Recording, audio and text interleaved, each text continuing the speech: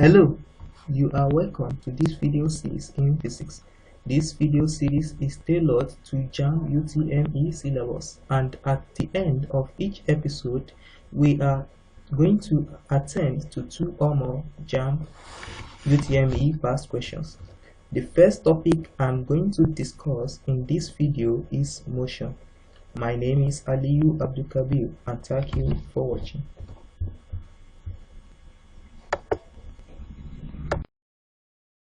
Introduction to the topic. Motion involves a change of position of a body with time. Motion in physics comprises how things move and what makes them to move. Kinematics is the description of how objects move without regard to force causing their motion, and dynamics deals with why objects move as they do.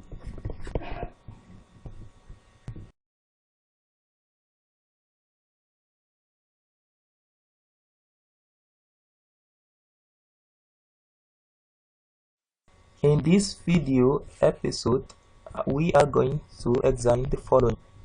Number 1, types of motion. Number 2, relative motion. Number 3, cause of motion.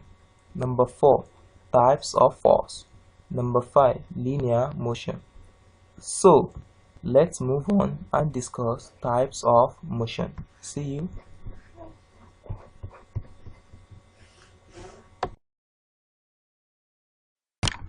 Types of motion. First, random motion. Random motion is the motion of an object that moves without any clear or preferred direction. This is when an object moves disorderly, e.g., motion of a butterfly. Number 2, translational motion. Translational motion is when an object moves from one point in space to another space without rotating. Example, when a car moves from point A to point B, or when a car moves from Lagos to Abuja. Number 3, rotational motion. Rotational motion is when all parts of the body involved in the motion is moving in concentric circle. An example is the rotation of fan blade. Another example in rotational motion is rotation of the tire of a vehicle, or the rotation of the earth.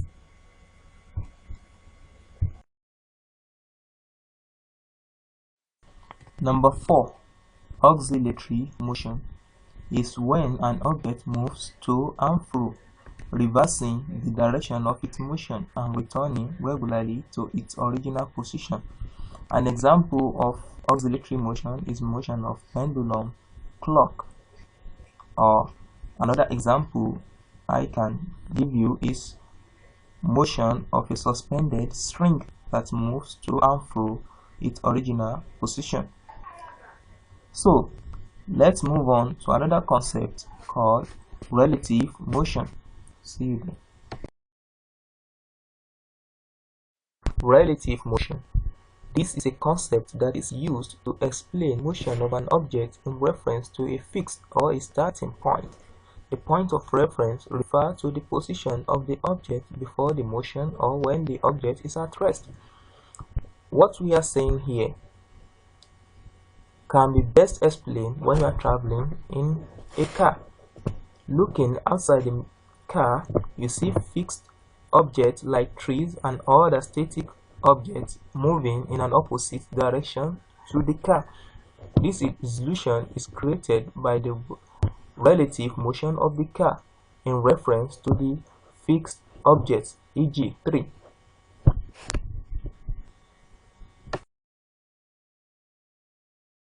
Causes of motion.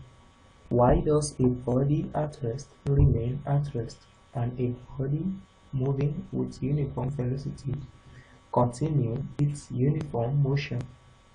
Force is responsible for motion of any object. A block of wood resting on a table will remain at rest until it is pushed or pulled by an agent for it to move from its resting position. What we are saying here is that force is responsible for motion. Types of force. Number 1. Contact forces. Contact forces are forces which are in contact or in touch with the body to which they are applied. Example: pull or push force. Number 2. Force field. Force fields are forces whose sources do not require contact with the body to which they are applied, e.g., gravitational force, magnetic force, and electric force field.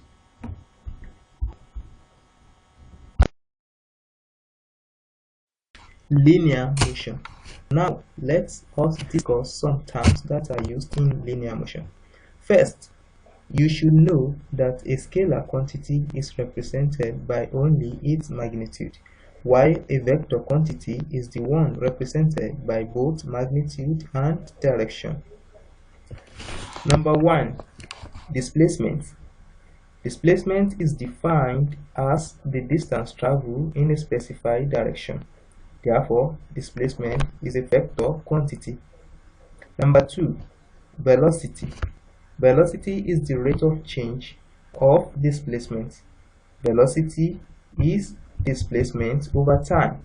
Therefore, also velocity is a vector quantity. Acceleration. Acceleration is defined as the rate of change of velocity with time. Its unit is meter per second, that is meter per second squared. Acceleration is equal to velocity change over time taken for the change. Acceleration is also a vector quantity.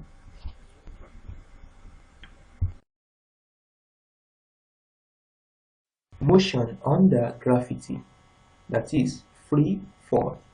Gravitational force is the force of attraction the earth exerts on an object on or close to the surface of the earth, and is given as G equals to 9.8 meter per second squared. The force of gravity is the force that the earth exerts on an object close to the earth. This force is what makes an object that is thrown up to always come down.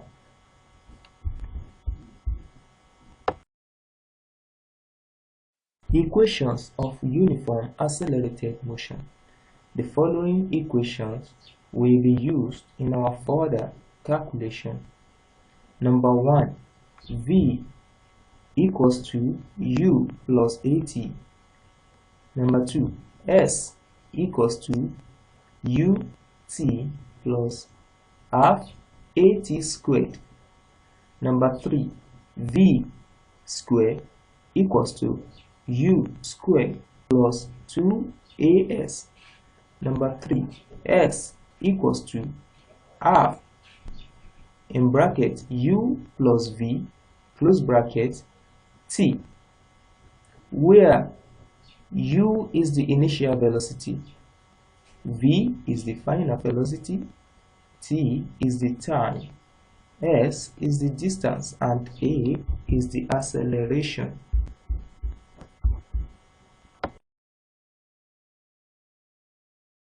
JAM asked questions. The first question we are going to be looking at is: a force of 100 Newton is used to kick a football of mass 0.8 kg. Find the velocity with which the ball moves if it takes 0.8 seconds to be kicked. Solution. In order for us to solve this problem, we're going to use these two formulas. The first one is force equals to mass times acceleration. We are going to use this formula to determine our acceleration, the acceleration of the ball that is kicked. we were given in the problem the mass of the ball and also the force. Substituting those values into this formula, we have 100 equals to 0.8 times A. Therefore, our A is equals to 125 meter per second square. Using the second formula and substituting the acceleration and the time that is given in the question to it, we have velocity equals to 125 times 0.8. 0.8 here is the time that is given in the question. Therefore, our velocity will be 100 meters per second.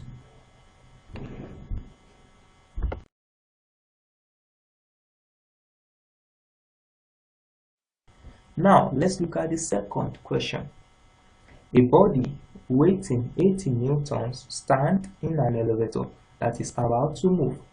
The force exerted by the floor on the body as the elevator moves upward with an acceleration of 5 meters per second square is dash. Hence, G equals to 10 meters per second square. Solution.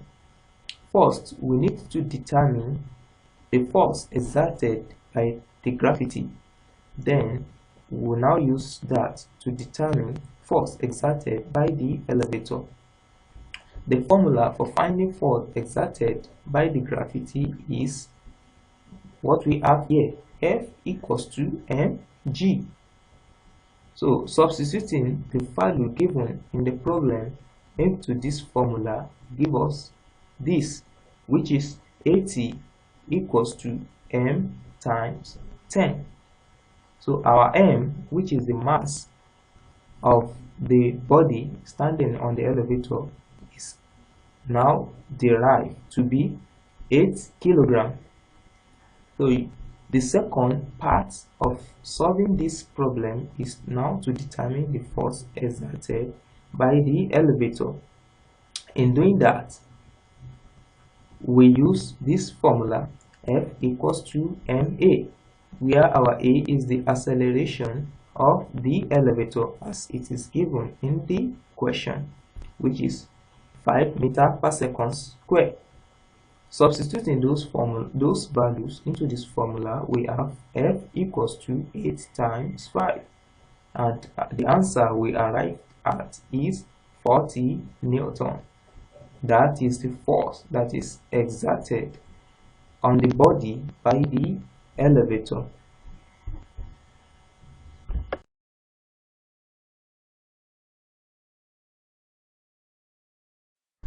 Now, let's put a stop to it here. I want to thank you for your time, and I want to ask you to watch out for more videos series on physics.